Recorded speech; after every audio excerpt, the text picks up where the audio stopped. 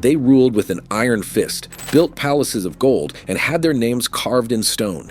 But when the people rose up, they ended up not in glory, but in the dirt. From improvised tribunals to chaotic cell phone videos, these dictators did not go quietly into the night.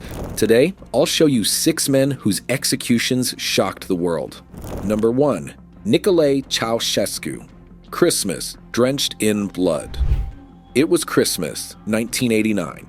While people in Europe were opening presents and families were getting together, a different scene was unfolding in Romania, one that shook the world. Behind the walls of a cold military barracks, Nicolae Ceaușescu, the man who had ruled Romania like a king for decades, was waiting for his end. Just a few days earlier, he had stood on the balcony of his palace, waving his fist and shouting slogans, convinced that the people still adored him. But on this day, there were no cheering crowds, only whistles, boos, and stones. His empire of fear had crumbled. Ceaușescu had turned Romania into a surveillance state where even families were afraid to speak freely at the dinner table. Bread was rationed, electricity was cut off, but he and his wife lived in palaces full of crystal and pomp. For decades, he seemed untouchable. But the revolution did not come in one fell swoop. It came like a fire ignited by sparks.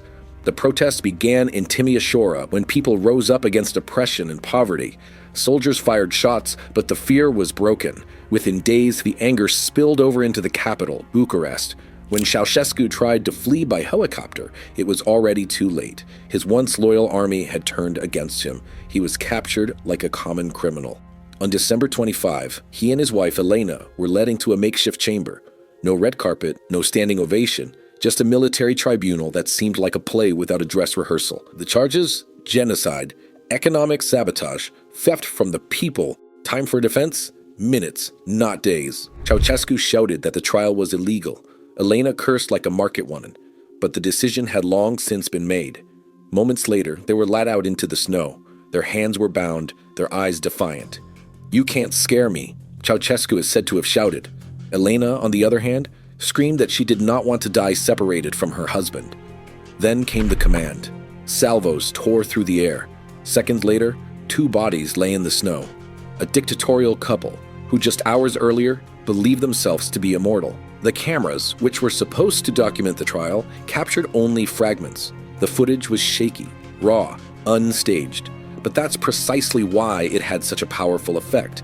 Millions watched on their screens as decades of fear ended in seconds. For Romania, it marked the end of an era, but also the beginning of a painful question. Was this justice, or just revenge in the name of the people? Number 2. Benito Mussolini, the Deuce, head over heels. April 1945. Italy lay in ruins, the Germans were retreating, and Benito Mussolini, the Deuce, was desperately searching for a way out.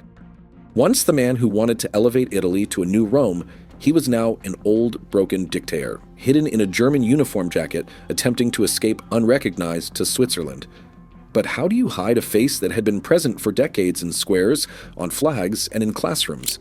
Partisans recognized him immediately, pulled him out of the truck, and the man who had forced millions to salute now sat quietly and silently, like a prisoner. On April 28th, it was over. No tribunal, no speeches, just a short order on a country road. Mussolini and his mistress, Claretta Petacci, were placed side by side, and he begged, "Aim for my heart." Seconds later, the Deuce had fallen. His body in the dust, his myth shattered. But that was only the beginning. In Milan, the bodies were put on display alongside those of other fascist officials. The partisans hanged Mussolini, and Petacci was upside down from a steel girder above a gas station. Crowds, stones, spit, gunshots. The former leader had become a trophy. The images went around the world. The man who had led Italy into war did not end up in a palace, but like a slaughtered animal. For many Italians, it was an act of liberation.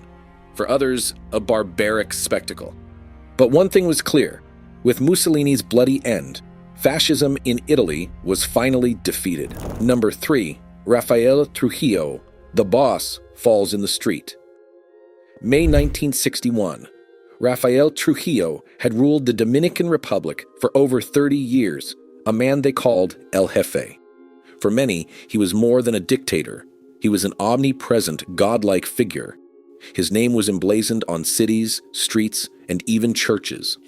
But behind this mask of power lay a reign of terror. Opposition figures disappeared overnight. Women were abused. Critics were tortured or shot. But Trujillo had made a mistake.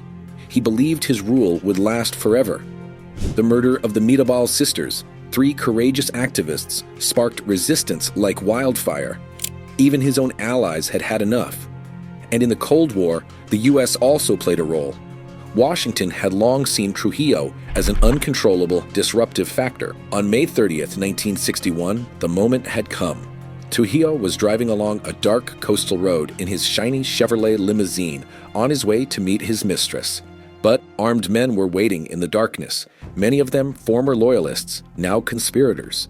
When his car came under crossfire, the boss's reign was over. Bullets tore through the bodywork, and Trujillo stumbled out, still trying to shoot back. But a shot from close range ended his life on the asphalt. The man who had ruled his country like private property now lay dead on the street, his body riddled with bullets, his face in the dust. His demise shook not only the Dominican Republic, but the entire world. But death did not bring immediate liberation. His supporters launched brutal reprisals, and many of the conspirators were tortured and murdered. Only a few escaped. Trujillo's body was hastily buried, but his name remains a symbol of the fear he had sown and of the anger that ultimately brought him down. If these stories grab you, click like now and subscribe. The next 3 dictators show just how far a fall can really be. Number 4, Samuel Doe, captured on camera. September 1990, Monrovia, Liberia. President Samuel Doe enters the headquarters of a West African peacekeeping force. He had ruled the country with an iron fist for 10 years, but on this day, he sought protection, unaware that he was walking into a trap. Doe himself had come to power in a bloody coup in 1980. He had shot the incumbent president in his sleeping palace and had ministers driven to the beach, where they were executed in front of cameras. At the time, many believed that a new era was beginning with him, but instead a decade of fear began. He favored his own ethnic group, brutally eliminated critics, and brought Liberia to the brink of civil war. When rebel leader Charles Taylor plunged the country into chaos, Doe fought for survival. But on that September morning, someone else was waiting, Prince Johnson, a former ally of Taylor's who had since become a warlord himself. Johnson's men overpowered Doe, shot him in the leg, and dragged him away, all while the camera was rolling. What followed was a grotesque spectacle. Prince Johnson sat next to the bleeding president, drank beer, and grinned at the camera while Doe was interrogated, mocked, and abused. For over 12 hours, the once most powerful man in Liberia was tortured in front of the camera.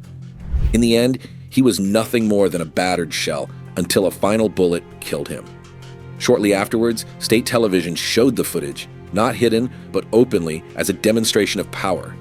Liberia then sank even deeper into violence, and Doe became a symbol of how quickly power can turn into absolute powerlessness, especially when the camera is pointed at you.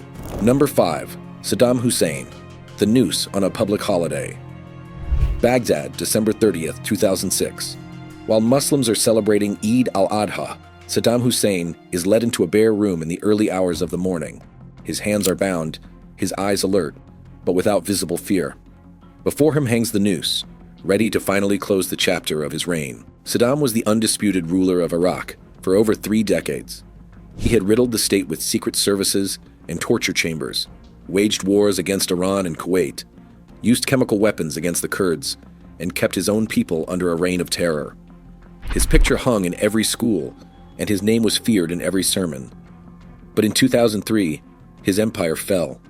Within weeks, due to the U.S. invasion, after months on the run, he was found in a hole in the ground, bearded and emaciated, an image that made the former dictator look ridiculous. His trial was long, his sentence swift, death by hanging. And so he stood there, in front of an improvised execution site. Men wearing masks surrounded him, many of them members of groups that had suffered under his regime. They mocked him, shouting the names of his rivals. Saddam remained upright, murmured a prayer, and refused the hood. Then came the sound of the trapdoor. Seconds later, the body of the former Lion of Baghdad hung motionless from the rope. But it wasn't just the execution that shocked the world. It was the way it was documented. A shaky, raw cell phone video showed everything. The jeering chants, the moment of the fall, the silent body. For many Iraqis, it was justice. For others, it was political theater. But for everyone, it was an image that burned itself into world history. The untouchable dictator hanging from a noose, defeated by the camera. Number 6. Muammar Gaddafi, the king in the sewer pipe. Sirte, October 20, 2011. The brother leader who called himself the King of Kings of Africa lies trembling in a sewer pipe. Dirt, darkness, gunshots in the distance, an end he never imagined. Gaddafi had ruled Libya for over 40 years. With billions from oil, he built himself palaces, had himself escorted by female bodyguards, and preached his bizarre green philosophy. Opponents disappeared, public executions became ritual, and he financed terrorist attacks abroad, from Berlin to Lockerbie. But when the Arab Spring reached Libya in 2011, his house of cards collapsed. Civil war raged for months. NATO bombers attacked his troops, and the rebels advanced. Tripoli fell, and Gaddafi fled to his hometown of Sirte, besieged, hopeless. On October 20, he attempted to escape in a convoy. A French jet struck, vehicles exploded, and the dictator stumbled, injured, into a concrete pipe on the side of the road. Young rebels found him there. Cell phone cameras were rolling, and voices were shouting in confusion. The man who had presented himself as a god now sat bleeding in the dust, pleading, "What have I done to you?" Some called for mercy, others for revenge. But chaos prevailed. Punches, shots, and finally the last shot. Gaddafi was dead. His body was placed in a cold storage room, where Libyans lined up for days to see him. Some laughed, some cried, and many remained silent. But instead of peace, his death brought only new chaos. Libya plunged into a power vacuum. Militias fought each other, and the country sank into civil war. The world saw how a man who thought he was immortal ended up in a sewer pipe, an image that was more powerful than any propaganda. 6 men who believed their power would last forever, yet died before the eyes of the world. If you want to delve deeper into these dark chapters, click on our playlist now. There are even more stories about the rise and fall of the powerful waiting for you there.